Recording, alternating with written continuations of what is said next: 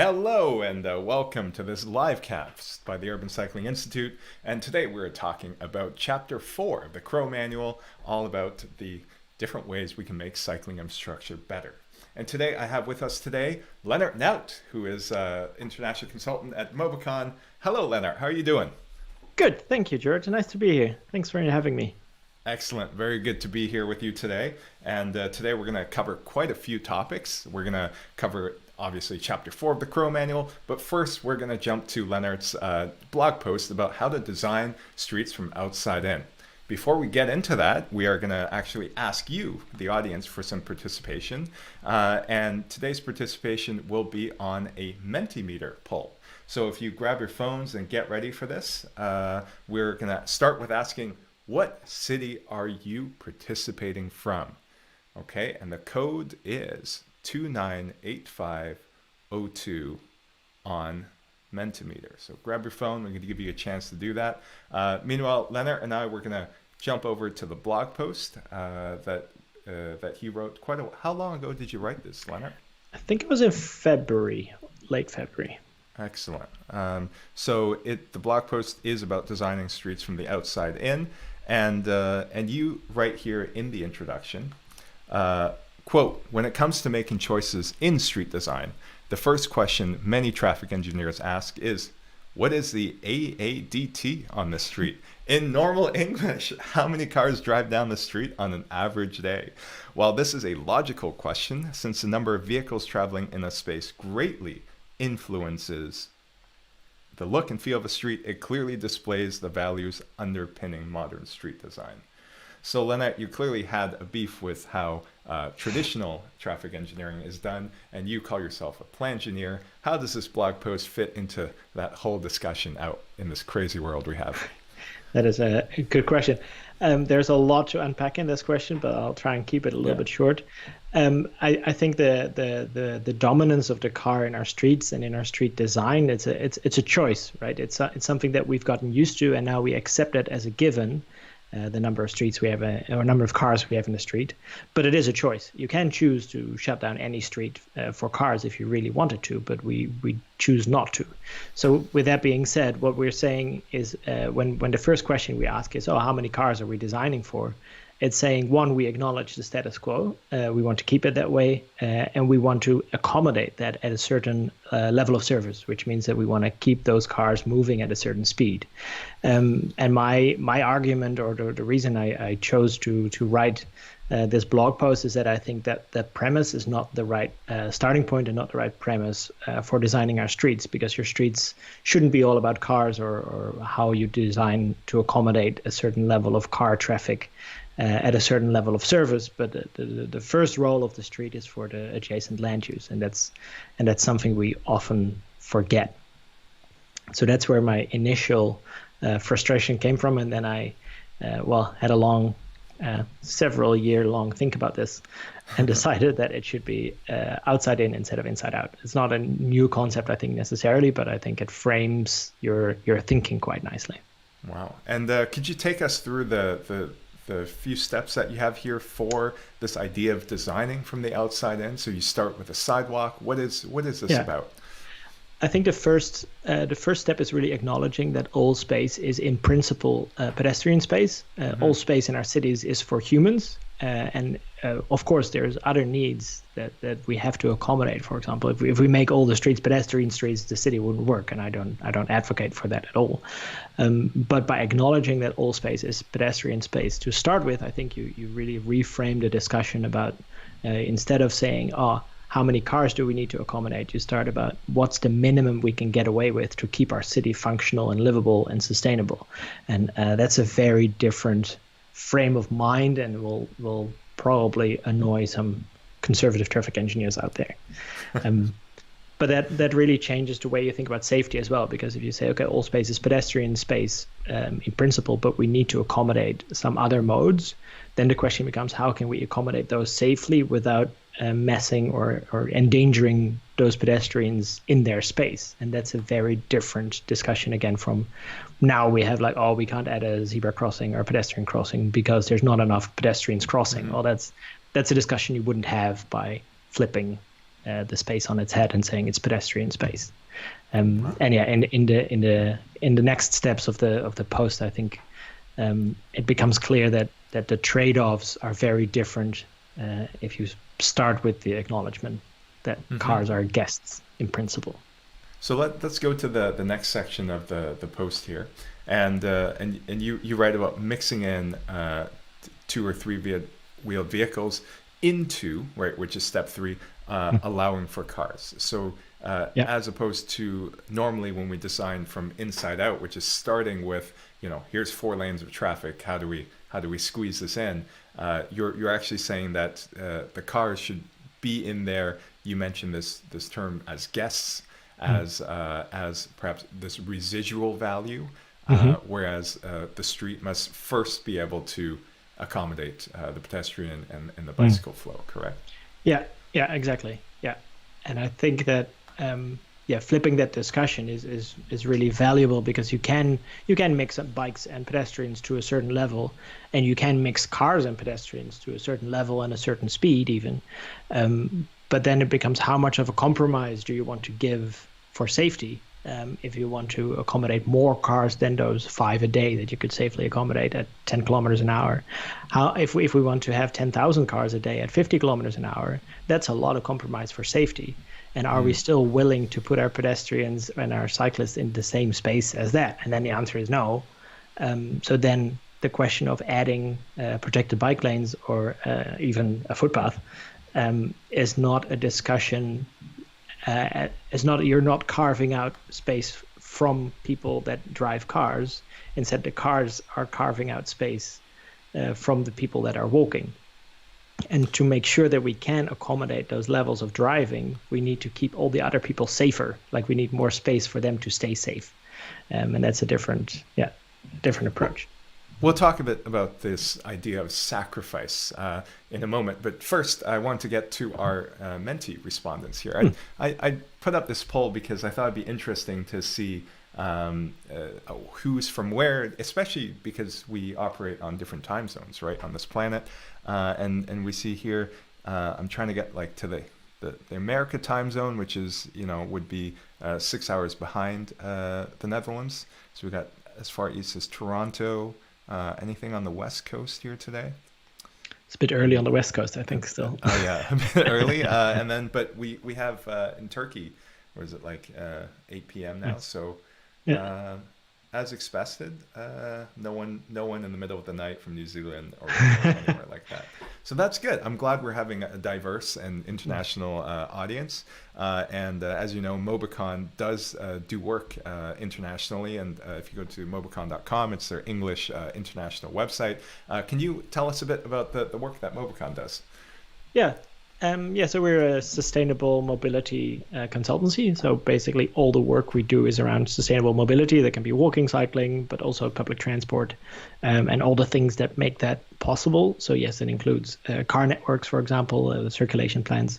But the core of our business is really around walking and cycling planning, design, network planning, strategy and policy that surrounds promoting more sustainable modes in cities, and from all levels. So from a very detailed conceptual design level to a very high level strategy or policy that you want to enact in a city to get more people on their bikes and out of their cars. Our mission is to make the world less dependent on the car.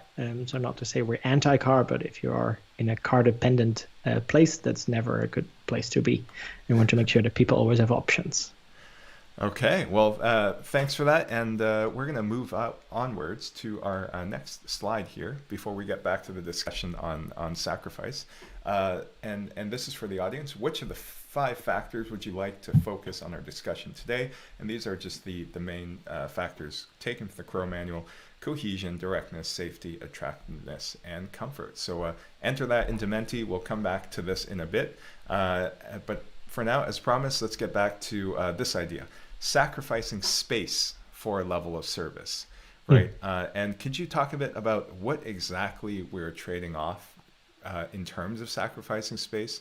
We tend to think of sacrifice in terms of travel time, which is taking that as the only metric is a bit insane, considering all the other things that we don't talk about sacrificing. Yeah.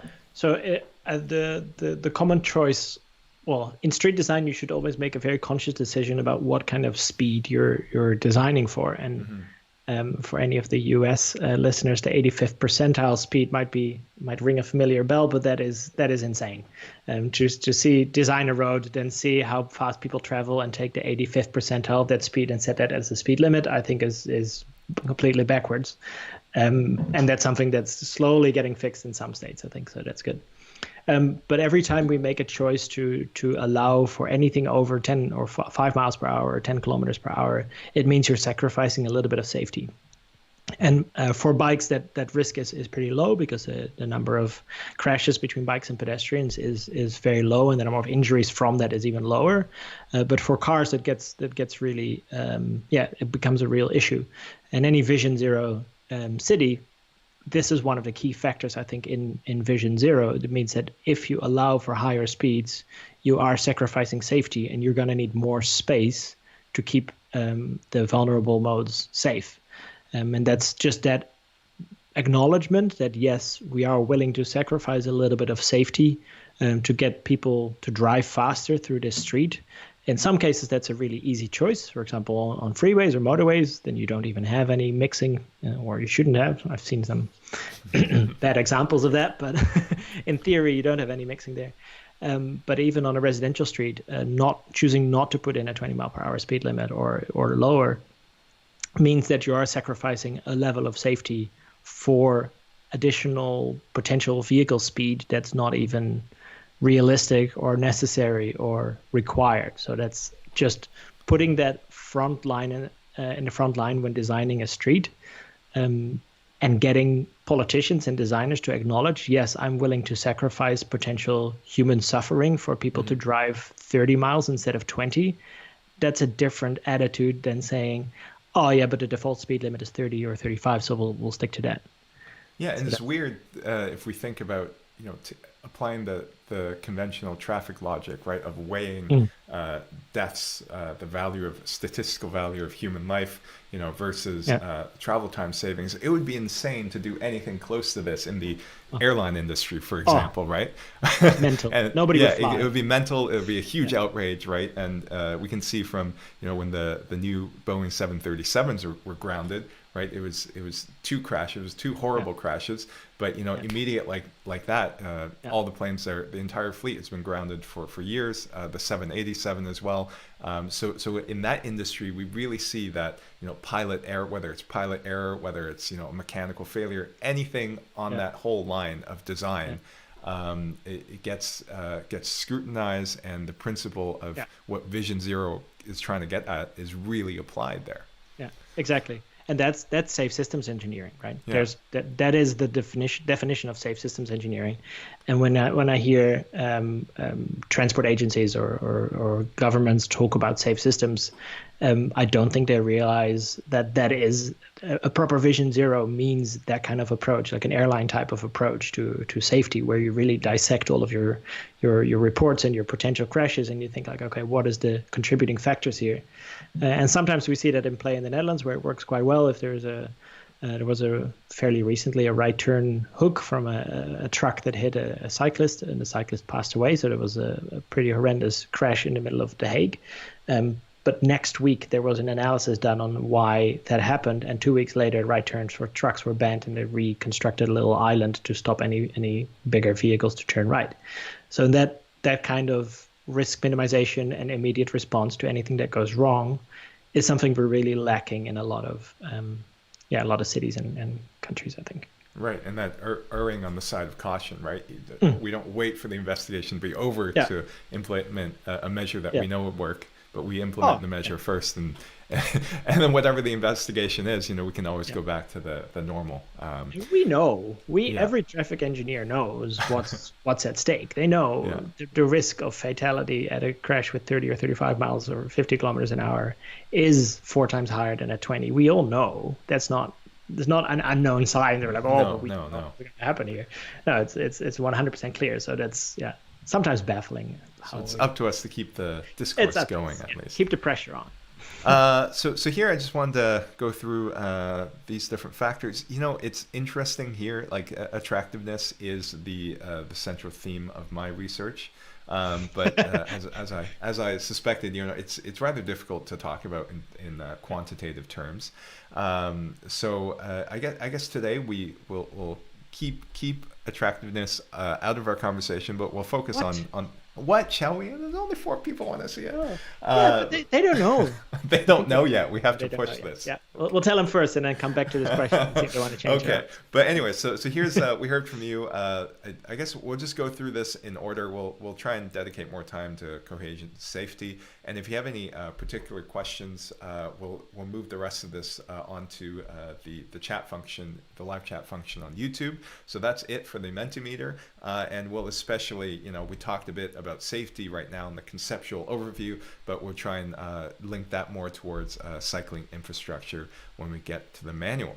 So without further ado, let's get to the manual. And I always start with reading, the first line from the chapter of the Crow manual, and this is the first line of chapter 4. So here it is. 4.1, the basis of any design. I quote, "The most abstract and at the same time most essential activity entailed in the design of cycle-friendly infrastructure is developing a cycle network. The cycle network is an important policy tool. After all, to a significant extent, its quality determines the quality of the area's cycling climate. Moreover, it holds that the proper design for a junction or road section can only be produced once the designer is aware of the function." So back in chapter 2, when I was talking to Taya Horace, we talked about the relationship between different scales. So we have the street scale, we have like kind of the neighborhood scale, and then we have like a regional scale. In the 2016 version of the design manual, what was new about this, other than a few other minor technical things such as cycle highways, which we'll get to, is the introduction of more policy suggestions. So these are suggestions on the broader scale. How do you see these scales interlinking with each other in the design of a network? And what are some conflicts that come across as a practitioner? Right. We do a lot of work in network planning, so we get these kind of questions quite a lot. I think it's very important to understand from a user's perspective how they use that network and how they use those different scales. In the Netherlands, you wouldn't often know whether you're on the bicycle network or not. And we might get to that in the next little bit that you'll talk about as well. But I want to talk about the base network as the lowest level of the network, right? The base network in the Netherlands is basically every single street, except for the motorways or the freeways or places where people travel very, very fast. And that basic assumption that every street should be safe to cycle on, I think, is a very important element of the success of cycling in the Netherlands, because we're not trying to just link hubs to other hubs. It's basically from the front door of your house to wherever you want to go, you can cycle safely. And within your trip, you'll travel through various levels of the cycle network, from the base level to the main cycle network, use a bit of a cycle highway at the regional level maybe, and then some part of a recreational network, and then back down, and you might not even know the difference. So for that instance, it's really a policy level instrument that you use that has some implications on the quality often of the facility that you use. So it might be a slightly wider or more higher level of maintenance, for example, or more asphalt instead of tiles. Those are all options that you might find, but it should be a seamless experience traveling between these levels. Excellent. Thanks for that take. And we wanted to then go on to safety, which is 11 votes on Mentimeter. And I think safety is a discussion that we started off with, and let's continue it and try and apply it to cycling infrastructure.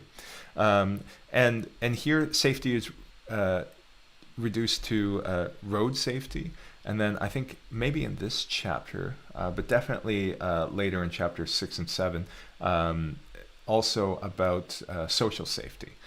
So I think in most contexts, road safety is the main type of safety that is being talked about, especially conflicts with other motor vehicles. And in terms of safety, I wanted to talk today about the segregation principle, segregating different vehicle types, because in your blog post, you talked about how that we should design from the outside in, which is sidewalks first and then motor vehicles, trying to fit it into that pedestrian context. But what is your take on the need or appropriate circumstances in which segregation is necessary, given that our first line of defense should be outside-in planning? Yeah. I think the basis for segregation, well, it's obviously safety, but with safety, a more niche or more specific part is the kinetic energy difference.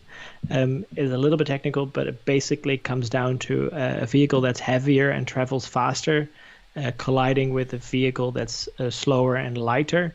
The bigger that's the difference in kinetic energy, and the bigger the difference is, the higher the risk of physical injury. So if you're able to separate your modes based on their kinetic energy, I think that's a really good framework to think about it. And it also allows you to go beyond just a bicycle, because there's a big discussion about electric scooters. Where do they fit into this picture? Yes, you want to segregate if the road is a 30 or 35 mile or 50 kilometer per hour speed limit. But that's just one question, right? Then the second question is, okay, what if it's 40 kilometers an hour or 25, 30 miles, 28 miles an hour? But if you focus on the kinetic energy, it really becomes quite obvious that difference is so huge, for example, with buses and bikes, that should never be allowed, or not at a 50 kilometer per hour speed limit anyway. And sorry, you at MobiCon, I saw a presentation where you guys talk a lot about the exponential increase in deaths, where going from 30 kilometers an hour to 50 kilometers an hour, right? So it's like most people will die at 50, but most people will survive at 30. Yeah. And perhaps, and you mentioned speed and mass as a way of talking about traffic users.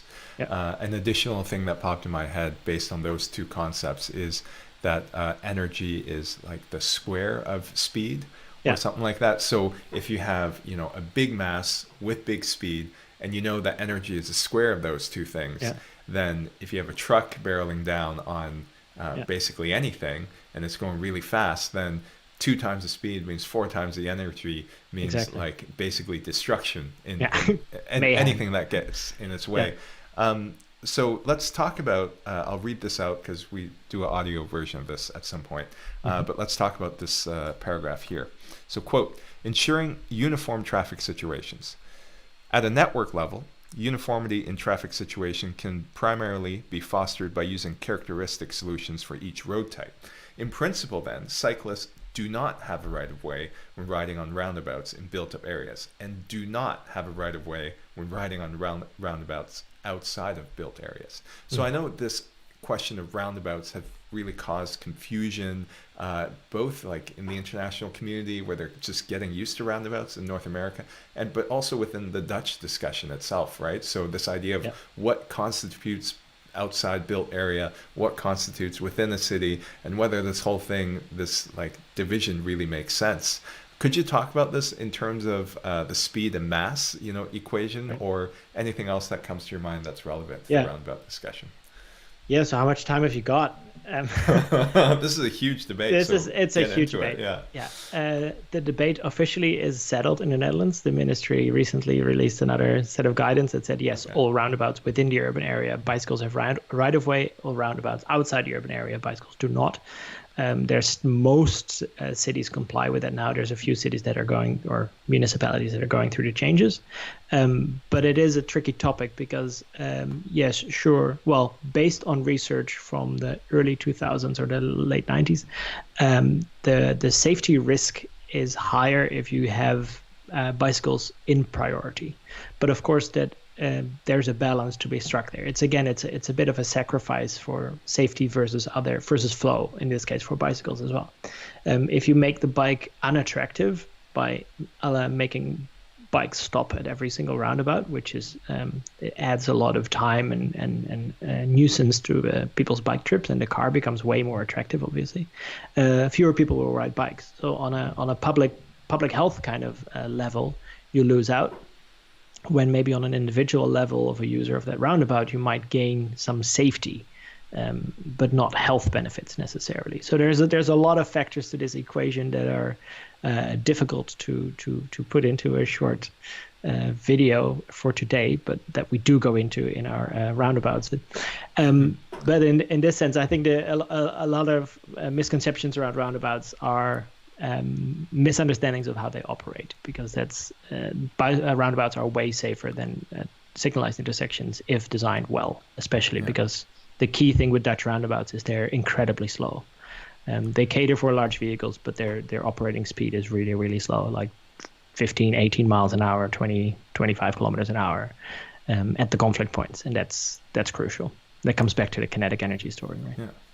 I'd like to get into a discussion about comfort in a bit, but first I want to jump into our comment section on the YouTube live stream. Questions. Yeah, of course. And to wrap this up on this discussion about safety, Marco de Bromerstroet writes, quote, "How many human suffering are you willing to accept for a bit of faster traffic?" Should the question be for every traffic and politicians? So it's this idea that if you ask people, how much more deaths are you willing to accept explicitly, then no one's going to say, oh, maybe 5 more, 10 more, who knows, maybe 12, right, to 13.5, that the answer would likely always be 0. But that's you'd be surprised. You'd be surprised. Okay. Yeah. Up to very recently, Dutch guidance was like, we'll go for a 20% reduction in fatalities over the next 5 or 10 years, which basically means we're saying we're okay with 400 a year. Right. So then they did put a number on it. Recently, we changed to 0 because I think that is the only correct answer. Mm-hmm. But that has some serious implications on how you design streets, how you design your network, and how you expect people to move around. Because there is an inherent risk in driving a 1,000-kilogram piece of steel through an urban center. So that risk is never 0. So while we can say, yes, we're aiming for 0, we will actually be tolerating a certain level of fatality for a while, at least, until the computers take over, and then we'll accept 0 probably. Okay, let's move on to comfort. I'll take a passage from Wayfinding. Let's go with Wayfinding, because that's a topic I find quite interesting.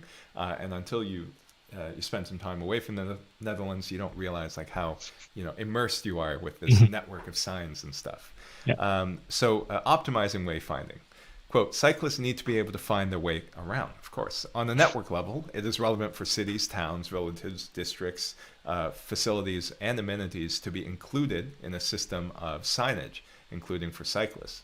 Through routes with, for example, a staggered junction can be made easy to find by means of a continuous paving and markings. Alternative route can also be indicated." I'll go on to read the section on comprehensibility as well. Quote, "It is imperative that a network be comprehensible to its users. The use of, quote, natural, unquote, landmarks helps in this respect. It used to be that routes would run between villages from church steeple to steeple." That's a very Dutch thing, huh? "In that regard, the steeple constituted a natural signpost. Landmarks in networks enable the cyclist to form a mental map of the surrounding area, bolstering the network's comfort as well as its attractiveness.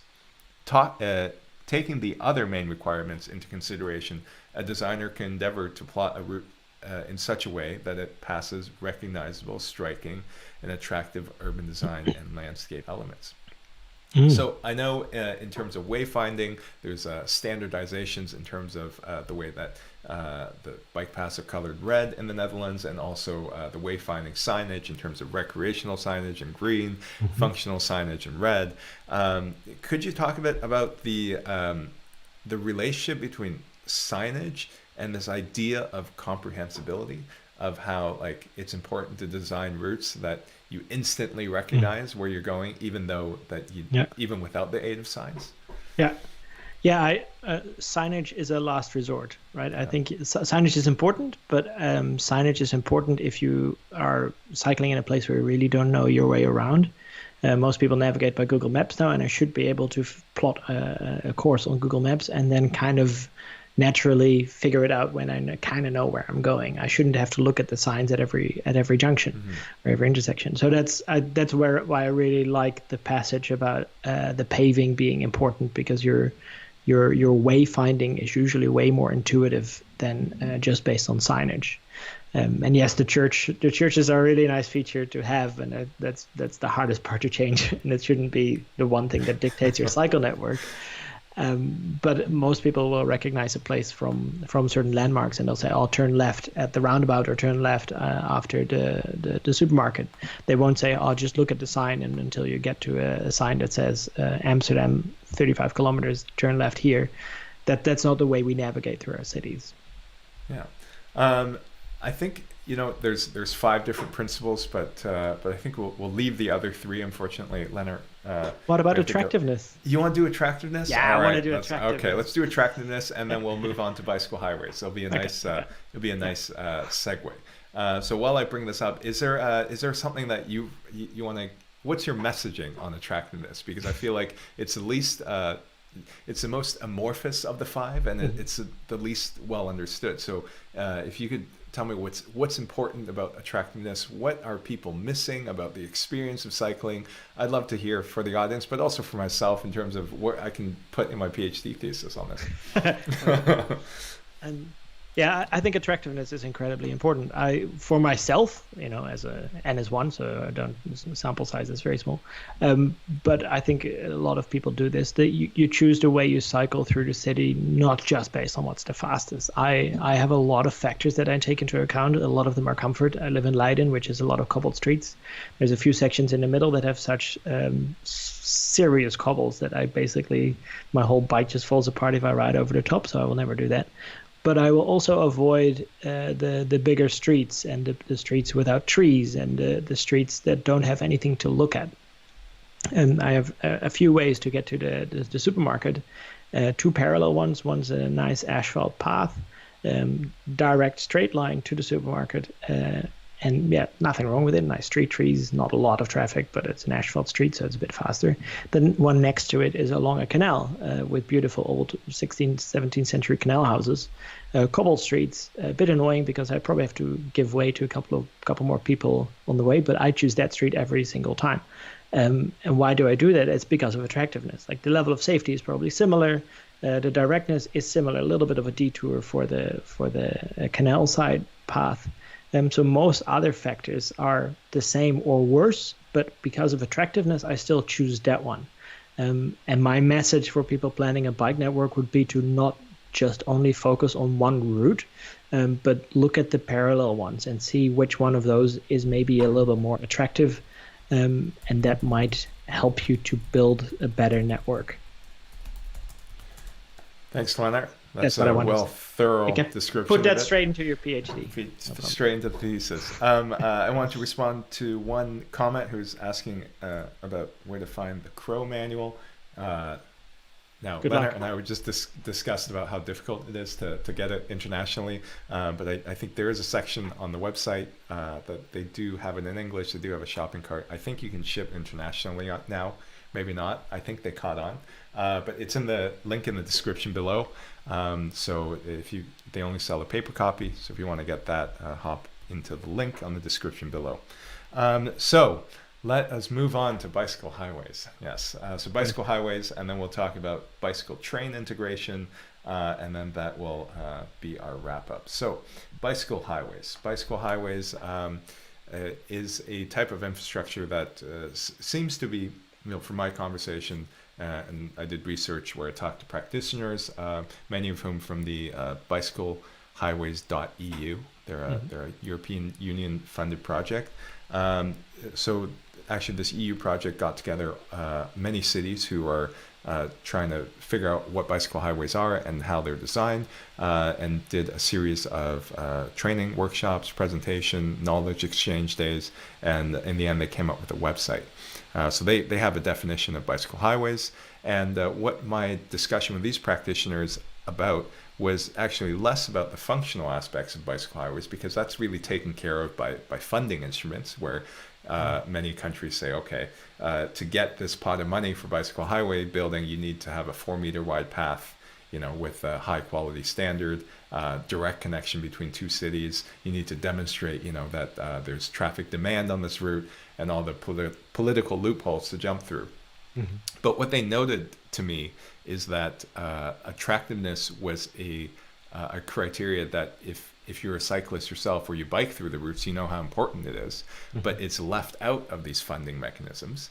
So it's hard to actually prove a project worthy based on this attractiveness principle, right? And I wanted to jump in the Crow manual, and I think it's a page that really demonstrates what the logic of bicycle highways seems to be shaping up. So this was published in 2016. I had these interviews back in 2018 with practitioners. And as you can see, bicycle highways from this chart looks very two-dimensional, right? Even though we talked about the 5 different criterias, in this chart here, it's on the y-axis use. So more cyclists wanted extra width. And on the x-axis, distance, right? Longer distance wanted more speed, less delay, lower probability of having to stop. Whereas what we just covered, in our attractiveness discussion, is that we should, for people to be encouraged to ride these longer distances, there has to be a reason to do so. People get tired, right?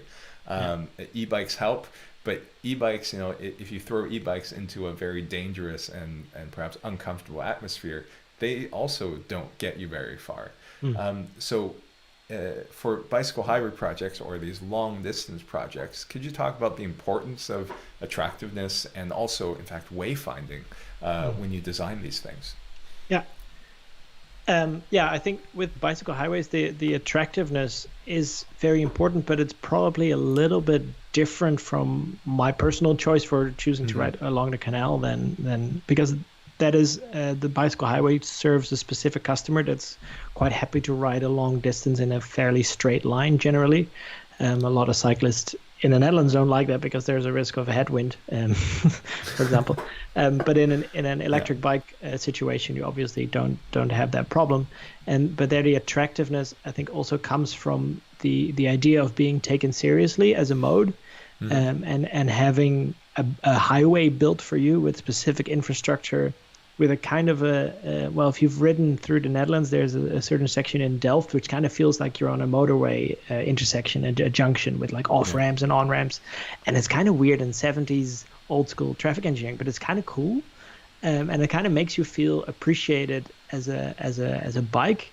It's probably a little bit of our warped car dominated thinking, but by having something so extensive being built for you, you probably enjoy using it a little bit more. But that's my personal hypothesis that might wear off pretty quickly after a while. But then the attractive elements are, of course, that you don't have to stop, there's no car fumes, and there's very low risk of getting hit by a vehicle. So those are also attractive features of a bicycle highway. I found a pretty interesting conceptual feature here. This is the bicycle highway from Nijmegen to Arnhem. And this design manual proposes a ladder structure. So this idea of giving options between two routes and having the option to freely, change your route between one or the other, depending on whether your goal for the day is to travel really quickly or if you want to take a more meandering route through the forest. And actually, I've seen this structure come up quite a bit where there's a recreation route parallel to a functional route. So how important do you think that is for cities that are just starting out when designing bicycle infrastructure? Like what kind of emphasis should they put on these alternative routes versus, or should they just start with like a functional route first and then do the recreation network? Do you have any advice on that? Yeah, I don't like putting a hard separator between recreational routes or functional routes, because recreation is also a function and other way around. If I cycle to work, which is quite far away, so I don't do it very often, I use 90% recreational network, which is signposted differently. For cities just starting out, so not having a comprehensive base network, I would say the central route, or your arterial basically, is very important to get that right. And then the added benefit comes from traffic calming the neighborhoods adjacent to those routes, which basically turn into a feeder situation for the main segregated bikeway, and that gives people that stay within the neighborhood the option of traveling internally through that ladder system, basically, without having to use a segregated bikeway on the busy street. But it also feeds longer distance cycle commuters, for example, onto the segregated bike path. So that's how I would approach it, because I wouldn't spend too much time developing 3 parallel routes at the same time when one of them can be hard enough. Yeah, excellent advice. I want to use this as a segue into the idea of integrating bicycle highways and public transport structures. So here it gives the advice that we should consider these ideas of districts and hubs when designing cycling networks. And I have this conceptual image in my head where it's like we're trying to compete between 2 models. One is the hub and spoke model, and then another one is the point-to-point model. And the hub and spoke is this idea of trying to bring people to a node, a public transport connection, whether it's bus rapid transport or a train station, versus we see now also a lot of infrastructure that's just along the railway or built along the highway. Perhaps one is easier to materialize than the other. For example, if you're building along a railway, you don't really have to deal with junctions that much. It's much more conducive, or canal, it's much more conducive to a bicycle highway. But what is the importance of also building out this hub and spoke network at the same time for cities out there who do have a robust public transport network? Yeah, I think that's absolutely crucial. I think it's a double-edged sword, or it's a double win, not a double-edged. It's a double win, because it doesn't just get you more people riding bikes. It also significantly increases the catchment of your public transport hubs, which obviously saves you a lot of money, because your subsidies on transit will go down if you can fill up those trains and buses more, and can transport people over much longer distance into the city center, for example. If you have a good LRT, BRT, or even a feeder bus system, can work quite well, especially in the lower density suburbs, where biking to work is not an option because it is 15 miles or 25 kilometers away.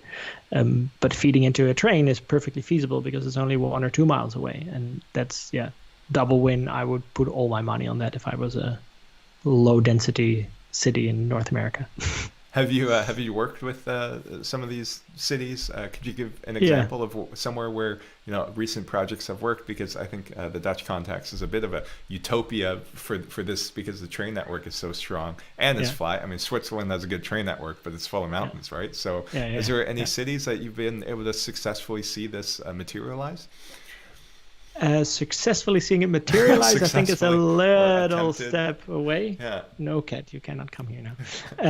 Lennart has a cat. So, I have a cat. His name is Ebenezer Howard, for the planning nerds.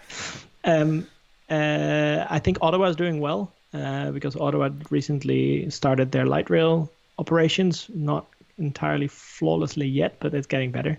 And they have really thought about this, and we're working with them on a new network plan. So this will be one of their key strategies, is getting people to their light rail stations, and they've embraced that as one of their network development strategies, basically. So that's a good example. Ottawa's a good example where they started with a bus rapid transit network, and then they're only recently upgrading and I believe reusing existing BRT network for LRT routes. So, if you watch the Ridecast with Matt Pinder, we actually biked along their new LRT route in the winter. Through the tunnel? Through the tunnels, yeah. So we did a ride-along interview. So if you Google Matt Pinder ride-along Ottawa, you'll see it, and it's kind of a fun conversation on 2 wheels. So we're coming close to wrapping this up, and Lennart, I wanted you to give you the opportunity to tell people where they can find you on the internet, how they can come to you for additional help through a consulting company that you work for, and all that jazz. So you can find me on Twitter at Lennart Nout. I think it'll be in the show notes, maybe. Do we have show notes? Is that a thing on YouTube? In the description below. In the description. Follow below. Subscribe here. There it is. There it is. Right there. We're doing, obviously times are a bit funny now, so we're doing a lot of webinars. There's more webinars coming from Mobicon. So if you want to keep up to date with that, follow me on Twitter and I'll be sure to spam you with our new webinars. What we're also doing, I recently did a safe intersection webinar, which was interesting. Well, it's really nice to do. It's a half an hour, basically, introduction into the fundamentals of protected intersection design. And we're also currently doing a program where cities can subscribe to a sort of a coaching program where you'll basically have me or one of my colleagues on speed dial, where you can ask us any question about sustainable mobility. There it is, the top hit. Yeah, just about sustainable mobility. We've been doing this with a few cities, and it works quite well. It can be just a question like, "Oh, we're building this new shared path. Is 3 meters enough?" Or "What's the design speed of a electric bicycle?" Or "How wide should my arterial road really be? And can I tell my traffic engineers that 4 meters is too wide?" That kind of help, like quick fire questions, peer reviews. It's a really nice way to up the ambition level a little bit in your city. Thanks, Lennart. And now you have Mobicon offices in Delft, in Ottawa, Canada, and in North Carolina, correct? Yeah. Yep. All right. So get in touch. Yeah, get in touch if you're in any of those contexts. And they also work. You have colleagues all over the world who do different projects, UK, Germany, even. So if you want some help in your projects, send them his way. And that's it. We're up for time. Lennart, thank you very much for joining me on the show. And I hope you will, if you really enjoyed this interview, smash that subscribe button down below. And we'll be doing in the next few weeks. I believe we did most of the Crow chapters, but also we have left Chapter 8, which is the design sheets. That could be interesting for engineers. And Chapter 2, which is the design characteristics of the user, or is that Chapter 3? So there's 2 left in the series. And if you want to see our other content, www.urbancyclinginstitute.com is the website, at Feats Professor on Twitter, and you can find us at Urban Cycling Institute on Facebook and LinkedIn. So thank you again, Lennart, and we'll see you around. Take care. Thanks for having me. Thank you. Cheers. Bye-bye.